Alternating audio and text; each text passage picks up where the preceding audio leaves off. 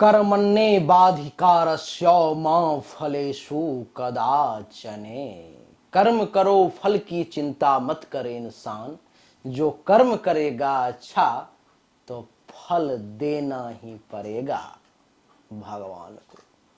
नहीं, कहते हैं कि कर्म जब करोगे तो ऊपर वाला विधाता भी जो है अच्छा और बुरा कर्म का फल भोगने से आपको बचा नहीं सकता। अच्छा करोगे तो उसे अच्छा फल देना पड़ेगा, बुरा करोगे तो उसे बुरा फल देना ही पड़ेगा।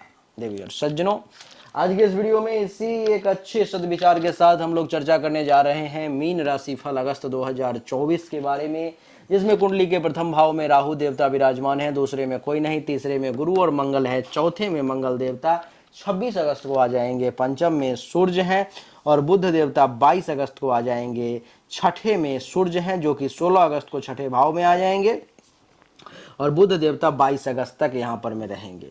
शुक्र देवता 25 अगस्त तक यहाँ पर में रहेंगे छठे भाव में और 25 अगस्त को चले जाएंगे कुंडली के सप्तम भाव में, केतु के साथ युति बना लेंगे। द्वादश में शनि रहेगा कुंभ राशि में। इन सब का क्या प्रभाव पड़ेगा आपके ऊपर में, इस महीने में क्या अच्छा होगा क्या बुरा होगा, इसी विषय पर में आज की इस वीडियो में हमारी चर्चा जो है सो होने जा रही है। देवी और सज्जनों, चर्चा मैं सूर्य से ही आरंभ करूंगा। ये चर्चा को आरंभ करते हैं तो हेलो नमस्कार आदाब सलाम सत श्री अकाल गेम छो कसे काय केरो हाल है के ना छी यहाँ सब कैसन वाणी हाउ आर यू, कैसे हैं आप लोग, केमो ना जो मनक्कम खम्मा गणियो कुम गेमते अच्छंती की खबर नमस्तुभ्यं राधे राधे राम राम। देवी और सज्जनों, सूर्य देवता कुंडली के पंचम भाव में विराजमान है। आप सबको दिखाई दे रहा होगा, पांचवें भाव में सूर्य देवता विराजमान है, ये आप देख रहे हैं। और पांचवा भाव जो है सो ये है। यहाँ पर में सूर्य के विराजमान होने के कारण आपको क्या फल मिलेगा उसको समझिए। और यहाँ से 16 अगस्त को सूर्य देवता चले आएंगे कुंडली के छठे भाव में। तो पहले पंचम भाव के फल को समझते हैं कि सूर्य के पंचम भाव में बैठने के कारण आखिर आपको क्या फल महर्षि बता रहे हैं। महर्षि कहते हैं कि पांचवें भाव में सूर्य देव बैठे हुए हैं 16 अगस्त तक, तो ये हेल्थ वाइज कुछ इशू देने का प्रयास करेंगे। कुछ तबीयत वगैरह जो है यहाँ पर में सूर्य के बैठने के कारण आपका खराब हो सकता है। संतान का सुख थोड़ा सा कम मिलेगा, लेकिन सदाचारी चरित्रवान जो है आप निश्चित तौर पर में बने रहेंगे। आपके बुद्धि में भी खूब वृद्धि होगी, क्योंकि पांचवा भाव बुद्धि का भी होता है, इसलिए ये आपको बुद्धिमान बनाने का भी प्रयास करेंगे। आपकी जानकारी के लिए बता दूं कि इस समय में आपको किसी बात को लेकर के दुख भी हो सकता है, गुस्सा जल्दी आ सकता है, शीघ्र क्रोधी आप बन सकते हैं और किसी विषय वस्तु व्यक्ति की तरफ से आपको वंचित भी किया जा सकता है, जिसका दुख आपके मन में हो सकता है। 16 अगस्त से जब सूर्य देवता पंचम भाव से छठे भाव में यहाँ पर में आ जाएंगे देवी और सज्जनों, तो क्या होगा। छठे भाव में जब सूर्य देव आ जाएंगे तो सबसे पहले शत्रुनाशक योग बनाएंगे। दुश्मन अगर आपसे टकराना चाहेगा, दुश्मन अगर आपको डैमेज करने का प्रयास करना चाहेगा, तो सूर्य देवता उसे जड़ से उखाड़ करके फेंक देंगे और उसका विनाश कर देंगे, वो बच नहीं पाएगा। शत्रुनाशक योग है। आपके तेज में वृद्धि होगी, इसलिए आप तेजस्वी कहलाएंगे, वीर्यवान कहलाएंगे। आपके वीर्य में भी खूब वृद्धि होगी। मातुल कष्टकारक योग थोड़ा सा बनेगा, एक ये निगेटिव पॉइंट है, लेकिन शरीर में बल की कमी नहीं होगी। आप बलवान कहलाएंगे, इस समय में श्रीमान आप कहलाएंगे, न्यायवान कहलाएंगे, किसी के साथ अन्याय नहीं होने देना चाहेंगे जब तक सूर्य कुंडली के 16 अगस्त के बाद छठे भाव में है। और हेल्थ वाइज किसी प्रकार का कोई इशू भी अगर आता है तो सूर्य उससे आपकी रक्षा करने का प्रयास करेगा। सूर्य के बाद बात करेंगे देवी और सज्जनों मंगल देवता की। मंगल देवता देखो कि आपके कुंडली के तीसरे भाव में और कुंडली के चौथे भाव में विराजमान है। तीसरा भाव ये जहां वृषभ राशि में है मंगल देवता, और चौथा भाव ये जहां पर में मिथुन राशि में है। तीसरे भाव में 26 अगस्त से पहले तक रहेंगे यहाँ पर में, और 26 अगस्त के बाद चले जाएंगे कुंडली के चौथे भाव में। तो इसका क्या प्रभाव होगा, आइए इसको समझते हैं। कुंडली के तीसरे भाव में मंगल देवता के विराजमान होने के कारण महर्षि कहते हैं कि इस समय में ये आपको प्रसिद्धि देंगे। प्रसिद्धि अर्थात पॉपुलरिटी, आप पॉपुलर ज़्यादा हो जाएंगे। हो सकता है 26 अगस्त से पहले सोशल मीडिया पर आपका कोई वीडियो वायरल हो जाए।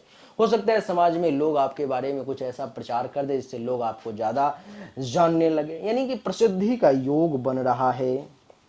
इतना ही नहीं, इस समय में आपकी वीरता, आपकी सूरवीर व्यक्ति के तौर पे जाने जाएंगे, धैर्यवान कहलाएंगे, पेशेंस लेवल आपका बड़ा कमाल का होगा, साहसी कहलाएंगे, साहस में कमी नहीं होगी।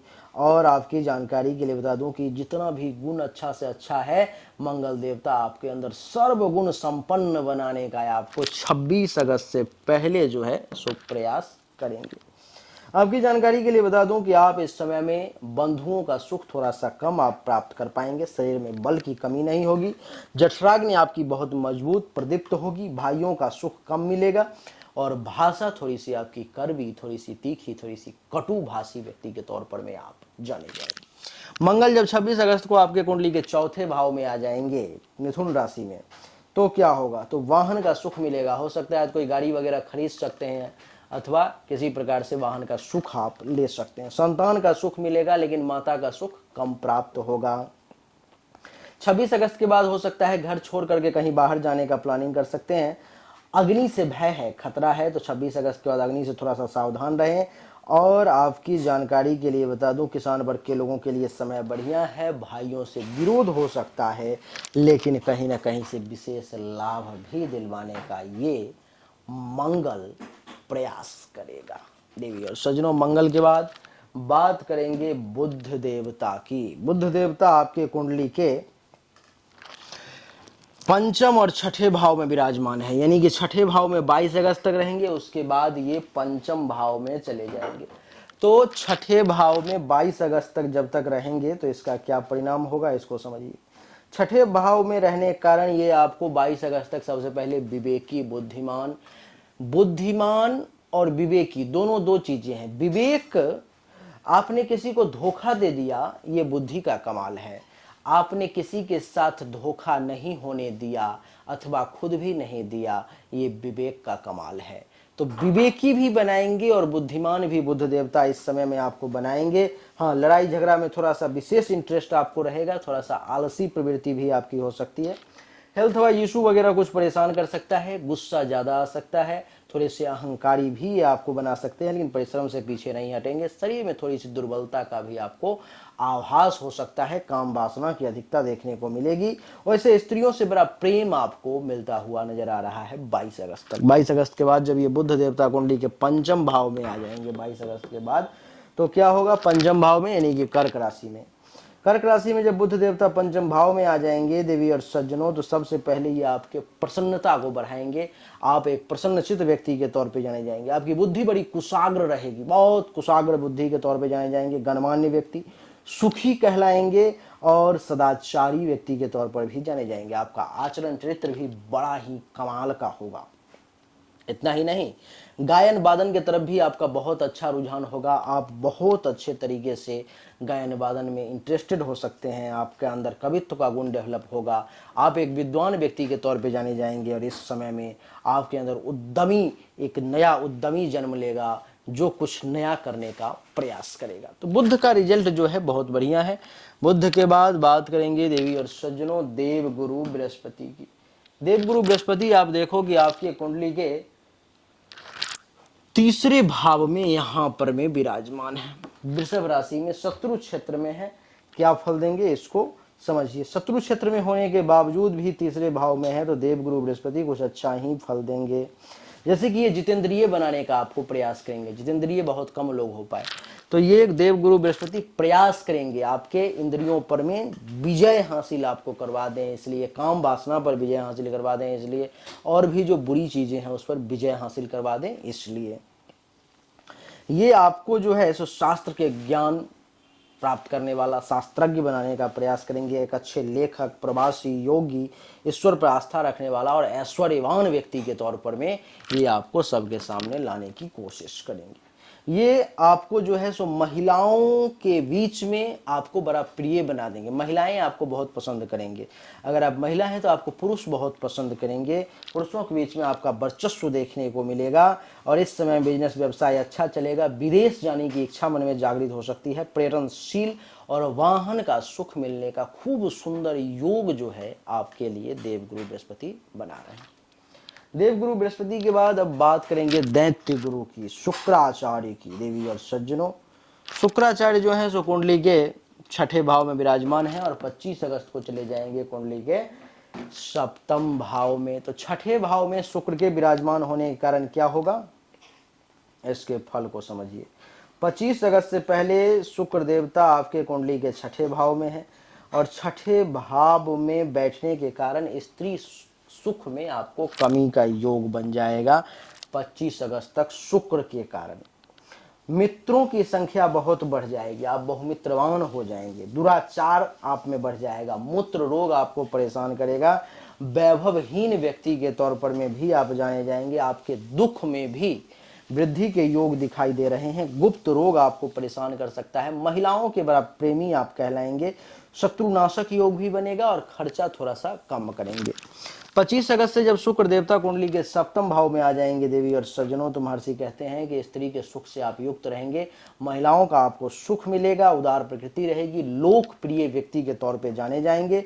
धनवान कहलाएंगे और किसी विषय वस्तु को लेकर के चिंतित भी हो सकते हैं।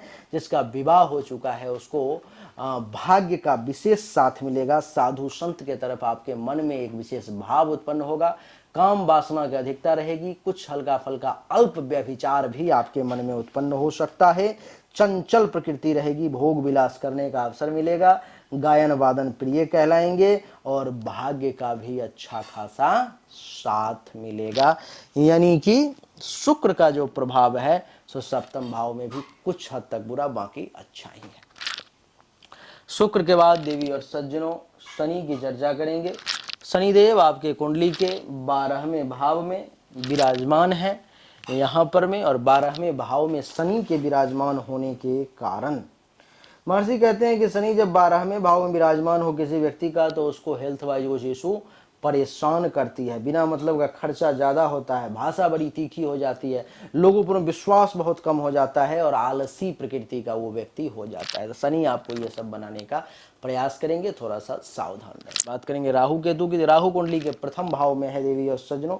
जिस व्यक्ति का राहु प्रथम भाव में हो वो व्यक्ति जो है सो काम वासना की तरफ विशेष जो है सो चाह वाला हो जाता है। मेंटली तौर पे थोड़ा सा डिस्टर्ब, थोड़ा सा परेशान, अशांत, मस्तक रोग उसको परेशान करने का प्रयास करता है। गुस्सा ज्यादा आता है। थोड़ा सा स्वार्थी भी हो जाता है।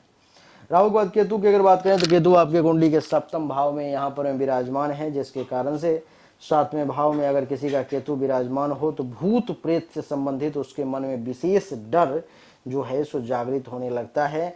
सुख की कमी उसे हो जाती है। तो देवी और सज्जनों यही था मीन राशि वालों के लिए अगस्त 2024 की कहानी जो हमने आपके सामने लाने का प्रयास किया। उम्मीद जरूर करता हूं कि आपको अच्छा लगा होगा, पसंद आया होगा। अच्छा लगा, पसंद आया तो इस वीडियो को लाइक करें, शेयर करें, चैनल को सब्सक्राइब करके इसके बेल आइकन के बटन को दबा दें। और हाँ, बहुत सारे लोग कहते हैं कि गुरुदेव हमें अच्छा फल नहीं मिल पाता, जो बुरा बताते हो वो मिल जाता है, अच्छा बहुत कम मिलता है। ऐसे लोग में से अगर आप भी कोई हैं तो आप ये मानिए कोई ग्रह है जो आकाश से अच्छे फलों की वर्षा कर रहा है, सबको मिल रहा है, आपके तक क्यों नहीं पहुंच पा रहा है। इस पर थोड़ा सा गहनता से अगर आप सोचेंगे तो आपको पता लगेगा कि आपके हस्तरेखा या जन्म कुंडली में किसी प्रकार की कोई दोष है, कोई परेशानी है, जिसके कारण से आप उसका लाभ नहीं ले पा रहे हो। देवी और सज्जनों, तो जरूरत है आपको अपने जन्म कुंडली और हस्तरेखा की जांच करवाने की। अगर आप जांच करवाना चाहते हैं मुझसे तो मेरे व्हाट्सएप नंबर जो सामने स्क्रीन पे आपको दिखाई दे रहा है 7062757996, उस नंबर पर अपनी जन्म तारीख, जन्म समय, जन्म स्थान, दोनों हाथ की हथेली का फोटो अवश्य भेजें। आपको सही और एक्यूरेट जानकारी प्राप्त होगी। आप सभी का एक बार फिर से बहुत बहुत धन्यवाद। Thank you so much. जय हिंद, वंदे मातरम। बोलिए राधे राधे, राम राम।